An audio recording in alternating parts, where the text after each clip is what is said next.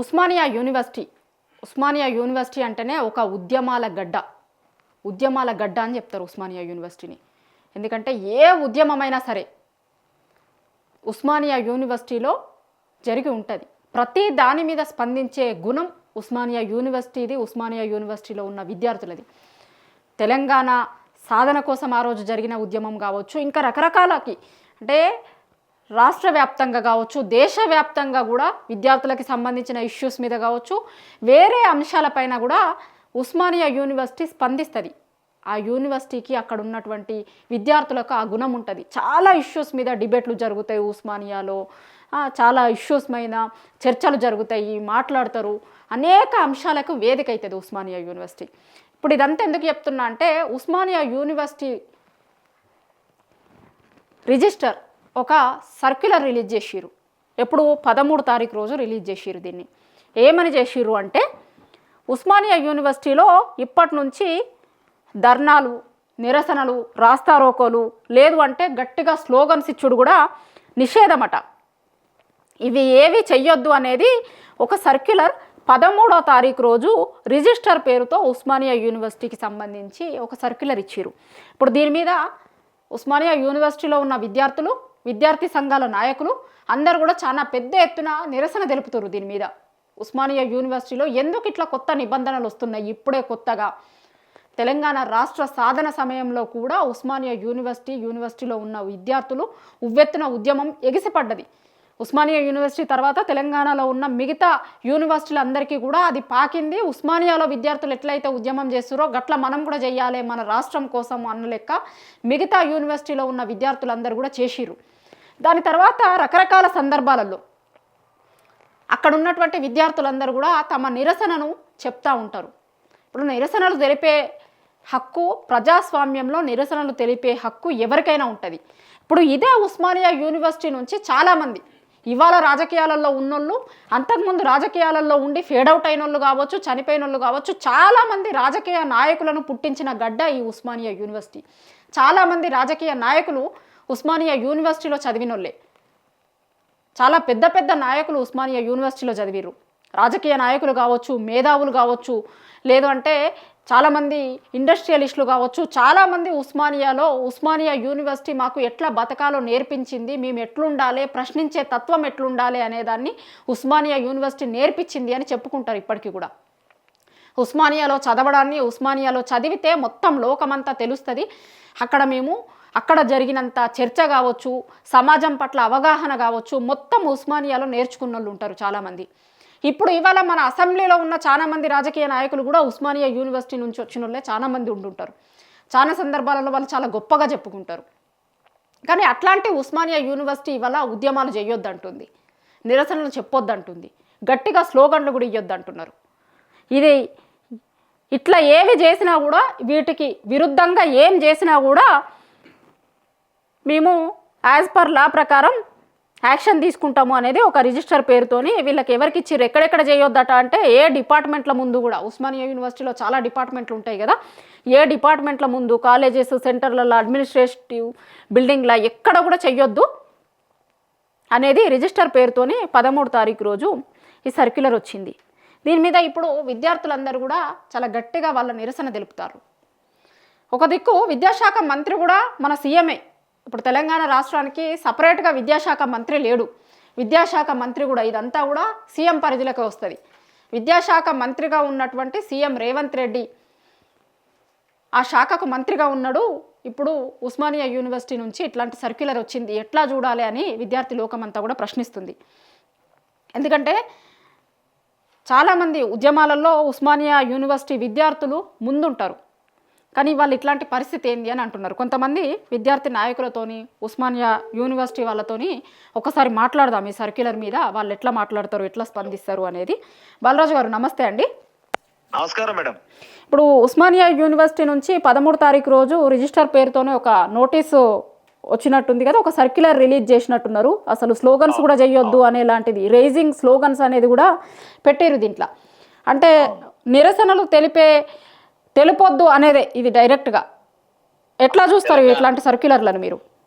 తెలంగాణ ఉద్యమానికి కాదు, తెలంగాణ మలి దశ, తొలి దశ, వందే మాతర ఉద్యమం, స్వతంత్ర పోరాటంలో అదేవిధంగా అనేక ఉద్యమాలకు నాంది పలికినటువంటి ప్రాంతం ఉస్మాన్ యూనివర్సిటీ. ఉమ్, ఉస్మాన్ యూనివర్సిటీ అంటేనే ఉద్యమాలకు పురిటిగడ్డ. ఉమ్, ఈ పురిటిగడ్డ నుంచి అనేక మంది ఈ రాష్ట్ర శాసనసభలోకి, ఈ దేశ పార్లమెంట్ లోకి, ఈ రాష్ట్ర శాసన మండలిలోకి అనేక మందిని ఈ రాష్ట్రంలో మంత్రులుగా, ముఖ్యమంత్రులుగా పనిచేసిన వాళ్ళు అనేక మంది ఉస్మాన్ యూనివర్సిటీలో చదువుకున్నారు. ఉమ్, కాబట్టి ఈ గడ్డ పైన చదువుకున్న వాళ్ళు మేము తెలంగాణ మలిదశ ఉద్యమంలో మీ అందరం ఇదే గడ్డ మీద నుంచి విద్యార్థి నాయకులుగా ఎదిగొచ్చిన వాళ్ళం. ఉమ్, మరి ఆ రోజు నిర్బంధాలు అన్ని విధించినా కూడా ఈ ఉస్మాన్ సిటీ అనేది ఉద్యమాలకు వేదికగా మారింది. ఉమ్, అనేక రకాల అప్పుడున్నటువంటి ఆంధ్ర గవర్నమెంట్ ఉస్మాన్ సిటీని వేదిక అవుతుంది ఉద్యమాలకు అని చెప్పేసి నిర్బంధించినా కూడా ఆ అన్ని నిర్బంధాల నుంచి ఇక్కడ ఉద్యమాలు చేసినవి. తెలంగాణ ఉద్యమానికి ఊపిరి పోసినటువంటి ప్రాంతం ఇది. ఉమ్, ఆ సమయంలోనే ఉద్యమాల్ని ఆపని ఈ ఉస్మాన్ సిటీ మరి ఈ రోజు మరి కాంగ్రెస్ ప్రభుత్వం ఏదైతే ఉందో మరి అలా 7వ గ్యారంటీ ప్రజాపాలన అని చెప్పేసి, సామాజిక న్యాయం అని చెప్పేసి మాట్లాడుతున్నటువంటి ఈ కాంగ్రెస్ పార్టీ ప్రభుత్వం, రేవంత్ రెడ్డి సర్కారు ఉమ్, మళ్ళీ ఒకసారి ఉస్మాన్ సిటీని నిర్బంధించాలని, ఉస్మాన్ సిటీని ఉద్యమాల వేదికగా అవుతుంది కాబట్టి, ప్రజా ఉద్యమాలకు పునాది అవుతుంది కాబట్టి, ప్రజా గొంతుకులకు ఊపిరైతుంది కాబట్టి, ఎక్కడైతే ఇక్కడ ఈ రాష్ట్ర ప్రభుత్వం వచ్చిన తర్వాతకి 15 నెలల్లో అనేక హామీలు ఇచ్చి హామీలను అమలు పడుతున్న సందర్భంలో కావచ్చు, అదేవిధంగా అనేక రకాల నిరుద్యోగులకు ఎస్పెషల్ గా ఉస్మాన్ సిటీ వేదికగా చేసుకొని రేవంత్ రెడ్డి గారు అశోక్ నగర్ చౌరస్తాలో నిరుద్యోగులందరినీ కూడా మా ప్రభుత్వం రాబోతా ఉంది, డెఫినెట్ గా 2 లక్షల ఉద్యోగాలు ఇస్తామని చెప్పేసి, అదే విధంగా నిరుద్యోగ భృతి ఇస్తామని చెప్పేసి, అదేవిధంగా నిరుద్యోగ క్యాలెండర్ ఇస్తామని చెప్పేసి అనేక రకాల ఒక అడ్డగోలు హామీలు ఇచ్చి, అబద్ధపు హామీలు ఇచ్చి నిరుద్యోగుల ఒక 30 లక్షల ఓటర్లుగా ఉన్న నిరుద్యోగుల ఓట్లు వేయించుకొని ఇవాళ ఓడ దాటినాక ఓడ తెప్పేసినట్టు, ఇవాళ పడేసినట్టు, ఇవాళ పెద్ద ఎత్తున నిరుద్యోగులకు అదేవిధంగా విద్యార్థులకు అన్యాయం చేస్తున్న సందర్భంలో ఉస్మాన్ సిటీ మరొకసారి ఇవాళ రేవంత్ రెడ్డి సర్కారుకి వ్యతిరేకంగా ఉద్యమిస్తున్న సందర్భం చూస్తా ఉన్నాం. కాబట్టి ఇలా కావాల్సుకుని ముఖ్యమంత్రి గారే మన నియమించిన నియామకాలలో, వీసీలు నియమించిన నియామకాలలో ముఖ్యమంత్రి గారి సలహాదారుడు వేం నరేందర్ రెడ్డి గారు ఆధ్వర్యంలో నియమించినటువంటి వీసీ ఎవరైతే ఉన్నారో ఇలా కావాల్సుకుని ప్రభుత్వం సంబంధించినటువంటి ముఖ్యమంత్రి యంత్రాంగమే ఇలా కావాల్సుకుని ఈ ఉస్మాన్ యూనివర్సిటీలో ఎటువంటి ఉద్యమాలు చేయొద్దు, ఎటువంటి ధర్నాలు చేయొద్దు, ఎటువంటి నిష్ఠబొమ్మలు దగ్ధం చేయొద్దు, ఎటువంటి నిరసనలు తెలియదని చెప్పేసి సర్కిల్ విడుదల చేసినారు. అయినా కూడా మరొకసారి కూడా ఈ ప్రభుత్వానికి రేవంత్ రెడ్డి సర్కారు చెప్తా ఉన్నాం, ఈసీ కూడా మేము విజ్ఞప్తి చేస్తా ఉన్నాం. గతంలో అనేక సార్లు ఇటువంటి సర్క్యులర్ ఇచ్చినా ఈ సర్క్యులర్ కూడా ఉస్మాన్ సిటీ విద్యార్థి లోకం కానీ విద్యార్థులను లెక్క చేయలేరు. ఉస్మాన్ సిటీ అనేది ఎప్పుడు ఉద్యమాలకు చైతన్యానికి పురిటిగాడని చెప్పేసి మీ టీవీ ద్వారా తెలియజేస్తా ఉన్నాం. అంటే గతంలో ఇప్పుడు సర్క్యులర్ ఇచ్చినారు కదండి, ఇప్పుడు అధికారంలో ఉన్నటువంటి చాలామంది గతంలో మొన్నటి వరకు కూడా ప్రతిపక్షంలో ఉన్నప్పుడు అదే ఆర్ట్స్ కాలేజ్ దగ్గరికి వచ్చి కూడా చాలామంది మాట్లాడారు కదా. ఇప్పుడు అధికారంలో ఉన్నటువంటి చాలామంది నాయకులు ఇప్పుడు అధికారంలోకి వచ్చిన తర్వాత వాళ్ళు ఇట్లాంటి సర్క్యులర్ని జారీ చేసిరు. 100% ఇవాళ రేవంత్ రెడ్డి గారి సర్కారు విద్యార్థులను చూసి భయపడతా ఉంది, రైతాంగాన్ని చూసి భయపడతా ఉంది, రైతులను చూసి భయపడతా ఉంది, సమాజాన్ని చూసి భయపడతా ఉంది. ఇలా ఎక్కడి బయటికి వెళ్దామంటే వీళ్ళు వెళ్ళలేని పరిస్థితి. ఎందుకంటే అడ్డగోలు హామీలు, అబద్ధపు హామీలు, అనవసరమైన హామీలు అమలు ఏదైతే చేసిర్రో ఇవన్నీ కూడా అమలు చేయలేక ఇవాళ రేవంత్ రెడ్డి సర్కారు ఏదో నిర్బంధించి ఏదో ప్రభుత్వం బాగుంది అనిపించుకోవాలనే క్రమంలోనే ఇలా ఉస్మాన్ సిటీలో ఇటువంటి నిర్బంధం చేసే ప్రయత్నం చేస్తా ఉన్నారు, ఇటువంటి సర్కిల్ జారీ చేసే ప్రయత్నం చేస్తా ఉన్నారు. ఇవాళ మేము ఉస్మాన్ సిటీ వేదిక నుంచి మాట్లాడుతున్నాం. ఆర్ట్స్ కాలేజ్ వేదికగా ఈ రోజు బీసీల సమావేశం ఇక్కడికి వచ్చినాను. ఈ ఉస్మాన్ సిటీని ఇప్పుడు సూర్యునికి అరచేయి అడ్డబెట్టి సూర్యకాంతిని ఆపలేమనేది సూక్తి ఉందో ఇవాళ ఉస్మాన్ సిటీకి అది అద్దం పట్టినట్టు కనపడుతుంది. ఎందుకంటే ఇవాళ ఏదో రేవంత్ రెడ్డి కాదు, అనేక మంది నియంతల్ని, అనేక మంది ముఖ్యమంత్రుల్ని, అనేక మంది నీరో చక్రవర్తి లాంటి వాళ్ళని కూడా ఉస్మాన్ సిటీ చూసింది. నిర్బంధించాలని, ఉస్మాన్ సిటీని అడ్డుకట్ట వేయాలని, ఉస్మాన్ సిటీ లాఠీ చార్జీ ప్రయోగం చేసి ఆపాలని, ఉస్మాన్ సిటీలో ఉద్యమాలు లేకుండా చేయాలని. గతంలో చంద్రబాబు నాయుడు అయితే ఉస్మాన్ సిటీలో హిస్టరీ విద్యార్థులు చదువుతారు కాబట్టి ఆ హిస్టరీ చదివితే మొత్తం తెలంగాణ ఏందో తెలుస్తుంది, తెలంగాణ అన్యాయం తెలుస్తుంది అని చెప్పేసి హిస్టరీని నిషేధించే ప్రయత్నం చేస్తే ఇదే ఉస్మాన్ సిటీ ఆ రోజు హిస్టరీ ఎట్లా నిషేధిస్తామని చెప్పేసి ఇక్కడి నుంచి కొట్లాడిన సందర్భాన్ని గుర్తు చేస్తాం ఇవాళ మీ టీవీ ద్వారా.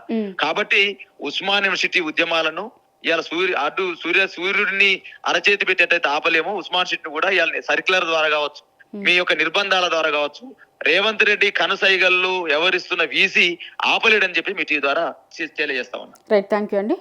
Thank you madam. ఇంకొక విద్యార్థి ఉద్యమ నాయకులతో కూడా మాట్లాడదాం. అసలు ఈ సర్క్యులర్ని ఎట్లా చూస్తారు, వీళ్ళ కార్యాచరణ ఎట్లా ఉండబోతోంది అనేది. బాలుగారు నమస్తే అండి.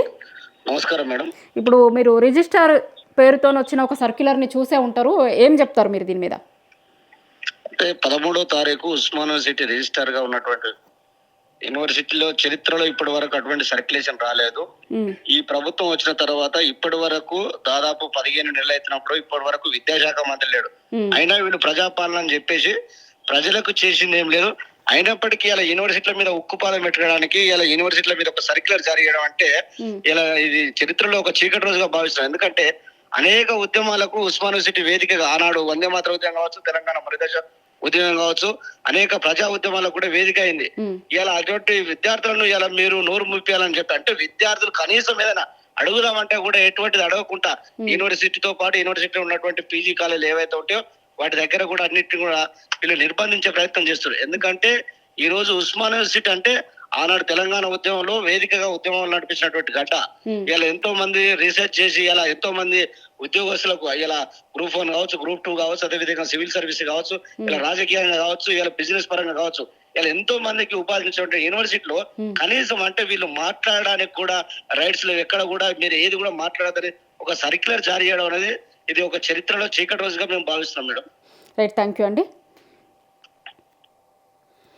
ఇది ఎవరు చెప్పినా ఒకటే మాట ఏంటి అంటే ఉస్మానియా యూనివర్సిటీ అంటేనే ఉద్యమాలకు పెట్టింది పేరు. చాలా ఉద్యమాలు ఉస్మానియా యూనివర్సిటీ నుంచి చేసిరు. విద్యార్థులందరూ కూడా ఆ రోజు తెలంగాణ ఉద్యమం కావచ్చు, ఇంకా అనేక ఉద్యమాలలో భాగస్వాములయ్యారు. నిరసన తెలిపేటువంటి హక్కు ఖచ్చితంగా అందరికీ ఉంటుంది. ఆ హక్కుని కాలరాయాలని చూడడం దారుణము.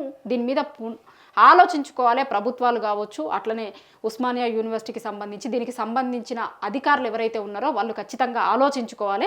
ఆలోచించుకోకపోతే మేము మా నిరసననైతే చెప్తూనే ఉంటాము. ఎట్టి పరిస్థితుల్లో ఇచ్చినటువంటి సర్క్యులర్ను రద్దు చేసుకోవాలి అనేటువంటిది చాలామంది ఉస్మానియా యూనివర్సిటీలో ఉన్నటువంటి విద్యార్థులు కావచ్చు, విద్యార్థి సంఘాలకు సంబంధించినటువంటి నాయకులు కోరుకుంటున్నారు. ఈ సర్క్యులర్ను ఖచ్చితంగా వెనక్కు తీసుకోవాలి, వెనక్కు తీసుకునేలాగా ప్రభుత్వం కూడా చర్యలు తీసుకోవాలి అనేటువంటిది చాలామంది విద్యార్థులు చెప్తున్నమాట.